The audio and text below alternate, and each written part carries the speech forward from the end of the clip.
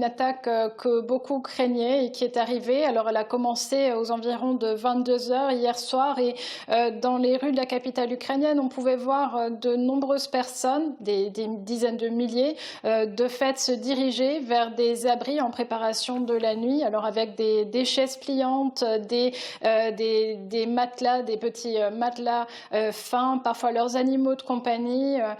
Donc vraiment, on sentait que toute la population se préparait à de telles attaques. Et effectivement, on a eu plusieurs vagues de missiles tout au long de la nuit. L'alerte vient tout juste d'être levée il y a quelques instants, alors que des drones survolaient encore la capitale ukrainienne il y a seulement quelques minutes. Et puis, comme à chaque fois, lors de telles attaques de grande ampleur, ce matin, c'est maintenant l'heure du décompte, un décompte macabre, puisque les secours sont sur place. Rendez-vous compte, plus de 570 secouristes sont sur place, nous disent les pompiers ukrainiens. Plus de 100 équipes de sauvetage sont à l'œuvre sur des sites, des bâtiments résidentiels qui ont été soit frappés de plein fouet, soit ayant reçu des débris de missiles ou de drones. Il y a, selon Timur Kachenko, le chef de l'administration militaire de Kiev, de sérieux dégâts, beaucoup de destruction, une situation telle que le président ukrainien Volodymyr Zelensky a coupé court à un voyage à l'étranger pour revenir ici à Kiev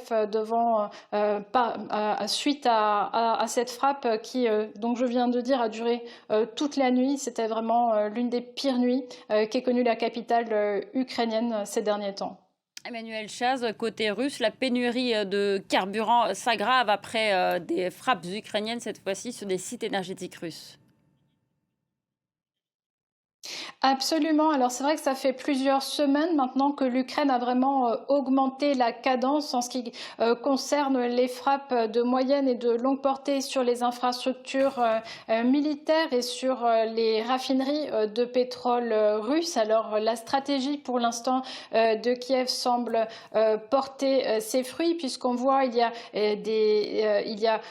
des pénuries non seulement sur la péninsule de Crimée occupée, mais aussi sur l'ensemble du territoire russe. Donc on voit vraiment ces stratégies de Kiev de tenter de finalement toucher la Russie au cœur de son économie afin de tenter d'amoindrir son effort de guerre. Et effectivement, si la Russie semble plutôt à la peine le long de la ligne de front, avec son offensive de printemps qui pour l'instant n'a pas apporté ce que Moscou souhaitait, et même l'Ukraine a regagné plusieurs centaines de kilomètres carrés de territoire au cours de ce printemps, eh bien on voit que la Russie continue pourtant d'avoir les moyens de frapper l'Ukraine très durement, de frapper l'Ukraine à un moment aussi où le pays est sous le coup d'une vague de chaleur. Donc l'inquiétude est également très vive, puisque une fois encore, les infrastructures civiles, dont les infrastructures énergétiques du pays, peuvent être visées lors de ces frappes. Je dis peuvent parce que nous n'avons pas encore